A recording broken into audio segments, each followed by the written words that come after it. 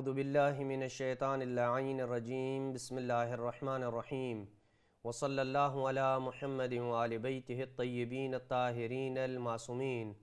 بارگاہ ملکوتی امیر المومنین صلوات اللہ وسلامہ علیہ سے احکام شریعت کا سلسلہ استبراء کے مقام تک پہنچا ہے اور استبراء کا درس نمبر 3 لے کے مومنین کرام کی خدمت میں حاضر ہوں۔ آج کے درس کا پہلا سوال یہ ہے کہ اگر کوئی شخص شک کرے کہ استبراء کیا ہے یا نہیں کیا تو اس کا کیا حکم ہے؟ جواب یہ ہے کہ اگر کوئی مرد شک کرے کہ پیشاب کے بعد اس نے استبراء کیا ہے یا نہیں کیا اور اس کے پیشاب کے مخرج اور نالی سے کوئی رطوبت خارج ہو جس کے بارے میں وہ نہیں جانتا، اسے علم نہیں ہے کہ نکلنے والی رطوبت پاک ہے یا نجس ہے، تو وہ رطوبت نجس شمار ہوگی۔ لہٰذا استبراء کرنے یا نہ کرنے کے متعلق شک ہوتا ہے اور اس کے بعد پیشاب کی نالی سے کوئی رطوبت نکلتی ہے جس رطوبت کے متعلق اسے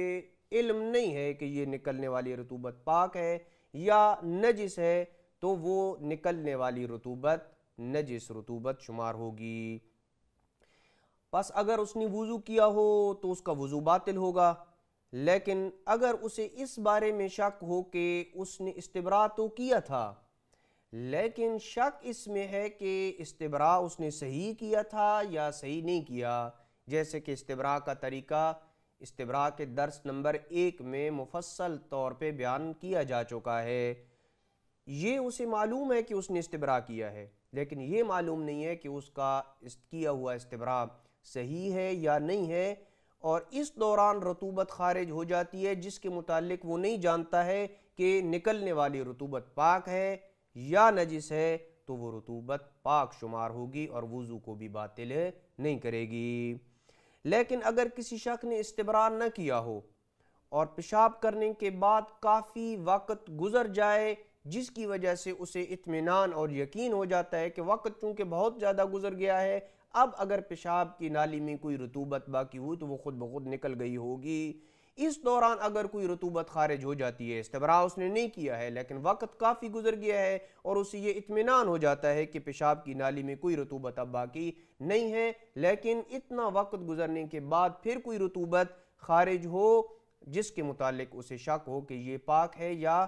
پاک نہیں ہے، تو وہ رطوبت پاک ہوگی اور وضو کو بھی باطل نہیں کرے گی۔ آج کے درس کا آخری سوال یہ ہے کہ اگر کوئی شخص پیشاب کے بعد استبراء کر کے وضو کرے، پیشاب کیا ہے اور پیشاب کرنے کے بعد استبراء بھی کیا ہے اور اس کے بعد وضو بھی کر لیا ہے، اس کے بعد کوئی رطوبت خارج ہو جس کے متعلق وہ جانتا ہو کہ یا پیشاب ہے یا منی ہے، تو اس کا کیا حکم ہوگا؟ جواب یہ ہے کہ اس پہ واجب ہے کہ نماز اور ان کاموں کے لیے جن میں وضو کرنا لازم ہوتا ہے، جیسے کہ طواف ہے یا دیگر وہ کام کہ جن کے لیے وضو کرنا لازم ہے، نماز ہے، طواف ہے، تو احتیاطاً وہ کیا کرے؟ غسل کرے اور وضو بھی کرے، لیکن اگر وضو نہ کیا ہو تو پھر صرف وضو کر لینا کافی ہوگا۔ وصلی اللہ علی محمد وآل بیتہ الطیبین الطاہرین المعصومین۔